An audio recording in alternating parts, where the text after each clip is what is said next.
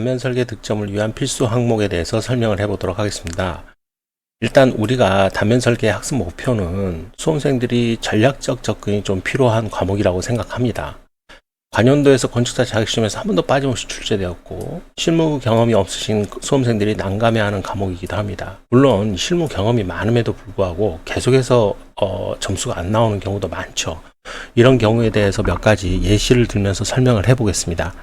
출제 예상 형식은 관연도 출제 형식 비교해보면 평면을 단면화 시키는 문제들이 주로 출제되고 있습니다. 예를 들어서 평면이 주어지고 그 섹션의 위치가 주어지면 그 섹션의 위치에 따라서 가상당면을 여기서 이렇게 그리고 그 다음에 그 단면에 맞춰서 이제 문제가 풀어지는 그런 훈련들을 많이 하고 있죠. 평면에 크게 어려움이 없다면 바로 이 평면 아래쪽에 이렇게 가상단면을 그려보는 훈련들은 중요합니다. 이거는 이제 트레이싱지를 이용해서 그리거나 또는 연필을 이용해서 대충 그려놓은 다음에 트레이싱지로 따는 방법도 있죠. 두 가지 방법 다 좋은 방법인데 저 같은 경우는 연필로 대략적으로 그려놓고 그 다음에 트레이싱지로 따는 경우가 많습니다. 문제의 접근에 있어서 평면도의 정확한 파악이 제일 중요하고요. 즉 가깝게 보이는 인면이라고 보면 이제 이쪽 부분에서 인면들이 보여지는 건데 그런 인면들이 뭐가 있을까 이렇게 쭉 찾아보는 훈련도 중요하죠. 그 다음에 단면의 형상을 파악한 후 세세한 부분까지 발전시키는 과정이 필요합니다. 일단 이런 그 가상 단면도를 그린 다음에 그 다음에 수치를 정확하게 기입하고요. 그 수치를 기입한 거를 정확하게 답안에 반영시키는 거, 이런 훈련들을 말씀드리는 겁니다.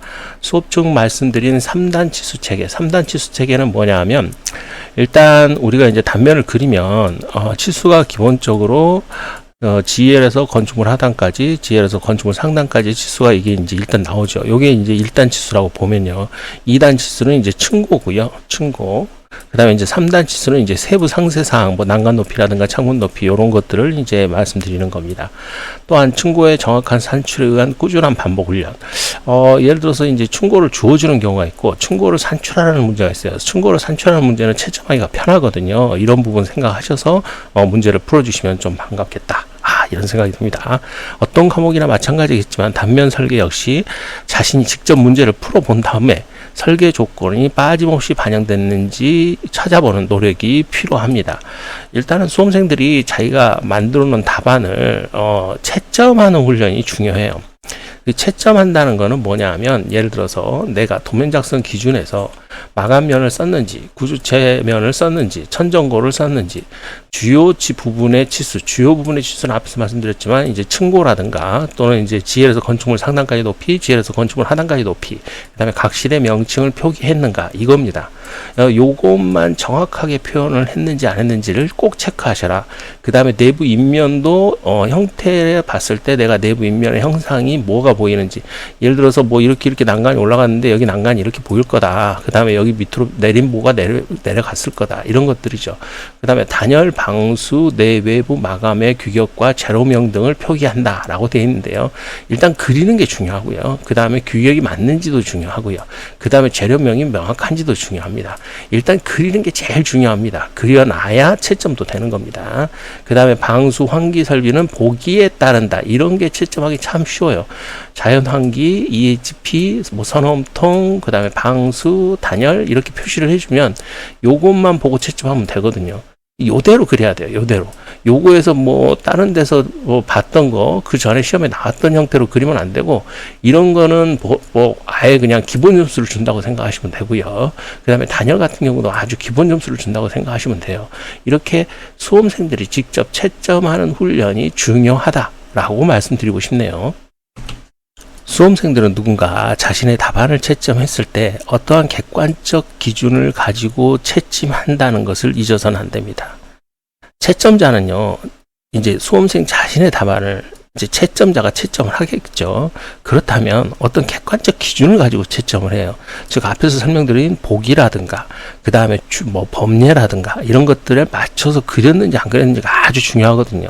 그 다음에 인면을 그렸느냐 안 그렸느냐, 그 다음에 예를 들어서 여기서 여기까지 오픈이고 그 다음에 여기서 여기까지 오픈인데 여기 치수가 어떻게 되며 여기에 인면 모양이 어떠며 그 다음에 여기서 여기까지 높이가 4.5다. 뭐 예를 들어 6.0이다. 그 다음에 여기 레벨은 얼마고 여기 레벨은 얼마다.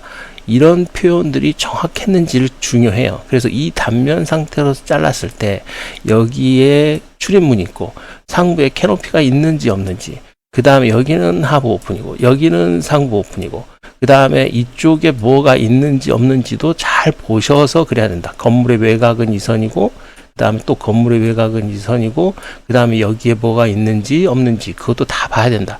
그래서 여기서 이쪽으로 보는 거다. 이쪽으로 보는 거다. 훈련을 계속 하시면서 이런 채점이 스스로 해보는 훈련, 이게 가장 중요합니다. 그 다음에 본인이 스스로 해보는 채점 훈련은 자신이 감점되는 부분이 어딘지 찾게 돼요. 즉 다시 그려보라는 뜻은, 여러 번 그려보라는 뜻은 애우라는 뜻이 아닙니다. 가끔 수험생들이 착각하시는 게 있어요. 답안을 작성했으면 2번, 3번 그려봐라. 2번, 3번 그려보라는 건 무슨 뜻이냐면, 내가 어떤 단면을 그렸을 때 이거 맞게 그렸는지, 이거 맞게 그렸는지, 이거 레벨 정확하게 썼는지, 이것들을 하나하나 보면서 체크하고, 그 다음에 누락된 게 있다면 문짝을 하나 빠뜨렸는지, 아니면 오픈 부위에 난간 하나 빠졌는지, 이것들을 체크한 후에 내가 이거를 틀리지 않기 위해서 어떤 방법으로 여기서 이쪽으로 넘어갈 때의 과정을 다시 복기하느냐가 중요합니다. 풀 때마다 틀려요. 그건 어쩔 수 없어요. 그 다음에 이제 디테일 부분도 중요하고요. 기존에 제가 봤을 때는 기존에 나와 있는 디테일 정도만 훈련시키신다면 크게 문제는 없겠다. 향후 그런 부분들 좀 집중적으로 공부를 해주시기 바랍니다.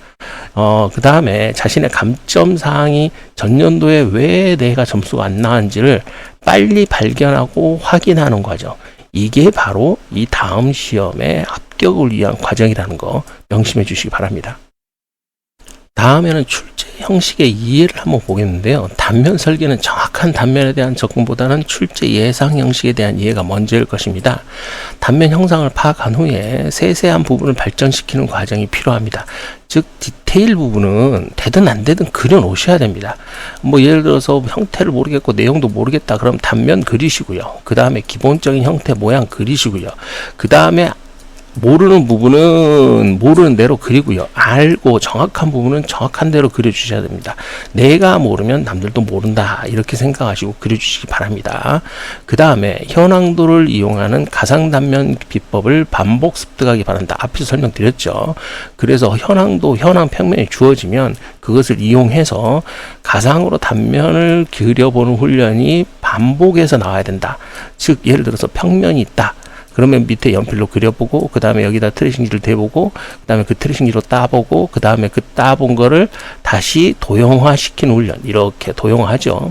도형화시키는 훈련. 이게 필요하다. 자, 단면의 학습 안내.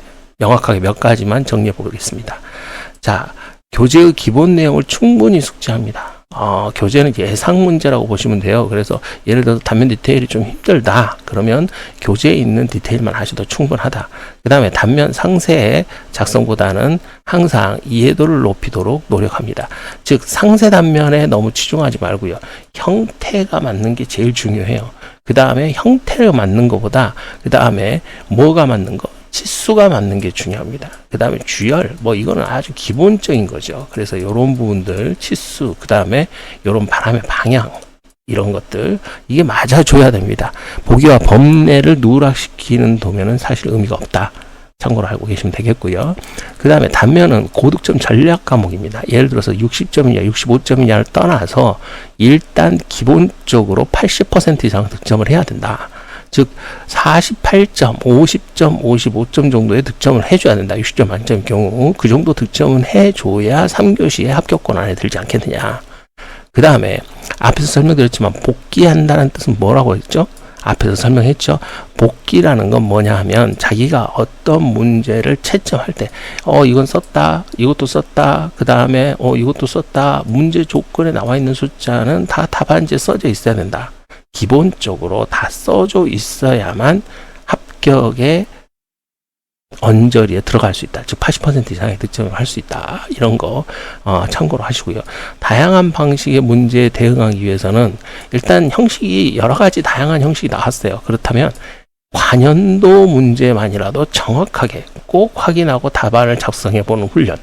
요게 지금 얼마 남지 않는 수험 생활에서도 중요하고요. 그 다음에 단기간에 자신의 실력을 올릴 수 있는 가장 확실한 방법이라고 생각하시면 되겠습니다. 그 다음에 당부의 글을 한번 설명드리면, 단면 설계는 정확한 답안이 유도되는 문제입니다. 반드시 만점을 맞는다는 생각으로 접근하시기 바라고요. 시간 조절 잘해야겠죠. 뭐 예를 들어서 내가 6시부터 7시까지 뭘 하겠다. 그 다음에 7시부터 7시 30분까지 뭘 하겠다. 뭐 5시부터 6시까지는 뭘 하겠다.